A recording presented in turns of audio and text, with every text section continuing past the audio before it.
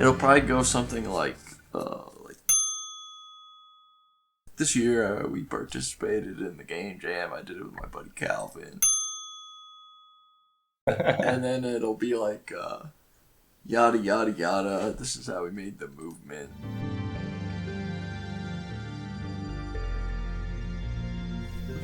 Nah, just kidding. This year's theme for the Kenny Jam was exploration. And the cool thing about the Kenny Jam is that you don't have to make any art assets, because Kenny releases a lot of free art assets for people making games. Basically, the only rules of the jam are that you follow the theme and use Kenny's assets. Now, over to Calvin with sports.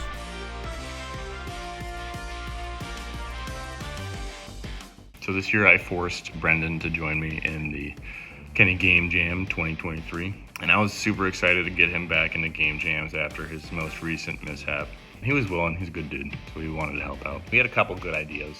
I'll let him talk about some of his ideas here, but I wrote down a game where you plot your own maps, so like... I had that same idea, actually.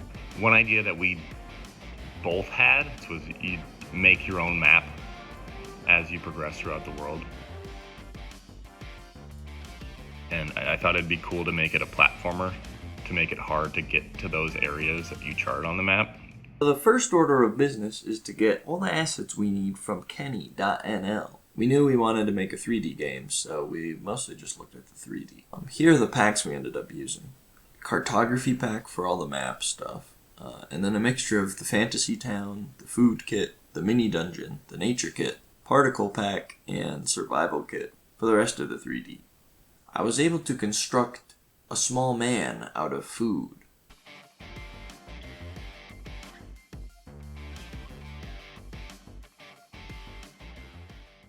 So the most important thing in my mind in a platformer is the movement and how it feels. It seems like a simple task, but if it feels like your inputs are getting eaten or the character's moving on his own, it doesn't feel good. So that was a challenge I wanted to take on, and Brendan was willing to let me do that. So I did the player controller. And there's a couple things that really help when doing movement for a platformer. One of those things is coyote time, which Brendan made me add at 3 a.m. on Friday because he kept falling. But it was a necessary addition, admittedly. Coyote time just refers to the ability the player has to jump after they've left the ledge for a short amount of time. It gives you a little grace period if you're trash at the game. The other thing that I wanted to add is input buffer. And you see input buffers a lot in fighting games where you can't cancel animations, like the new Smash Bros. You know, you can up throw and then up tilt. You can input that and it'll do it as soon as you are able to. And that was useful for this game, especially with jumping before you hit the ground, so that it didn't feel like it was eating your input ever. So I use a queue for the input buffer, which is first in, first out. This is an input and then it adds on top of it, but it'll always check this one. It's an inverse of a stack. Let's say a player jumps on frame 18, right? I'll save that direction of the jump as well as the time of the jump onto the queue. And then the player will count seconds until a certain threshold is met. In this case, it's 0.2 seconds. And if the player can jump within that 0.2 seconds, then it acts that queue. It's a viable option, so it'll act on that, and then it'll DQ that action. Thanks, Calvin, for that report. What are we... Oh, we're getting a... Newsflash. Our reports indicate that I still suck at the game. Back to you, Calvin. There are downsides to input buffering, right? It feels like you could miss input if you change your mind about the input within the threshold, but I feel like the pros outweighed the cons in this scenario. While Calvin was working on the player movement, I was just putzing around on the side of the highway.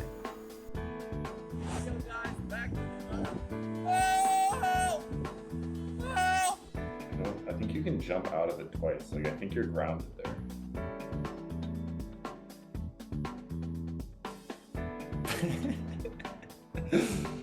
I think the way to fix that is Now that Calvin's got all the kinks worked out of the player movement, he can do all of the level design too.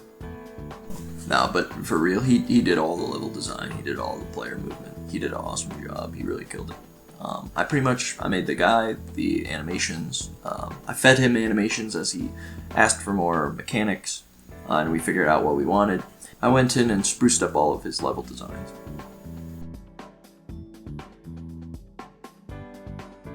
I ended up using this wood texture and turning it blue to create a waterfall, along with some particles and some UV panning. It's pretty convincing. We submitted it on time with 5 hours to spare. What could go wrong? I tried to upload a change to the game jam, and in doing so, I deleted the project, and I feel so bad because Brendan has to go through this hell again. But it's when the game jam's over, y'all will be able to play it. I feel so. I ruined Basically, I took the project off by trying to upload a change to the mouse controls. Now, I thought Calvin was joking when he sent this to me, but he was not, and we did disqualify ourselves yet again. Maybe next year we'll be able to complete a game jam successfully.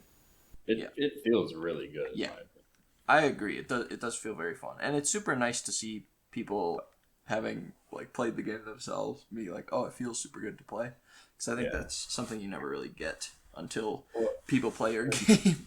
You basically forced me to put coyote timing in there. Yeah. I didn't want to do that. So I definitely think we needed that.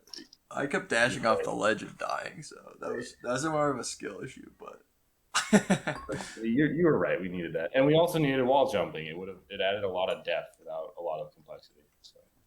So that wraps up this year's Kenny Jam.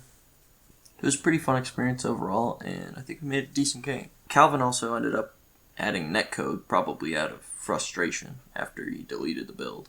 And it's pretty fun to run around with someone else and do platforming, like speedrun races and stuff like that.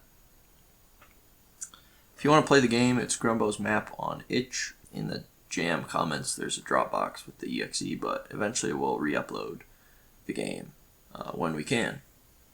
You can find more of Calvin at Digital Tilt Games on itch and digitaltiltgames.com. He's got some cool projects on itch. You should definitely go check them out. I would also like to say thank you for all the support on my last video. My mobile game Airstar was recently pushed to the top 100 in the paid games for the casual category on the App Store, and I think that's because of all the traffic it got from people checking it out after the video. Thank you all for checking out the game. It really means a lot to me. Again, I have a Discord if you want to join and talk art or game design or whatever. Feel free to join. It's linked in my website. And currently, I'll be working on Bunny Hill Online. Bunny Hill is a skiing game that I've made a couple years ago that I've been updating slowly, but it's finally time to take the plunge and add online. I'm a little bit into the progress, but I'll be sharing that here with more devlogs. And so if you like what I'm doing, you can hit subscribe to stick around for more updates. Thanks for watching. That's all for tonight, folks.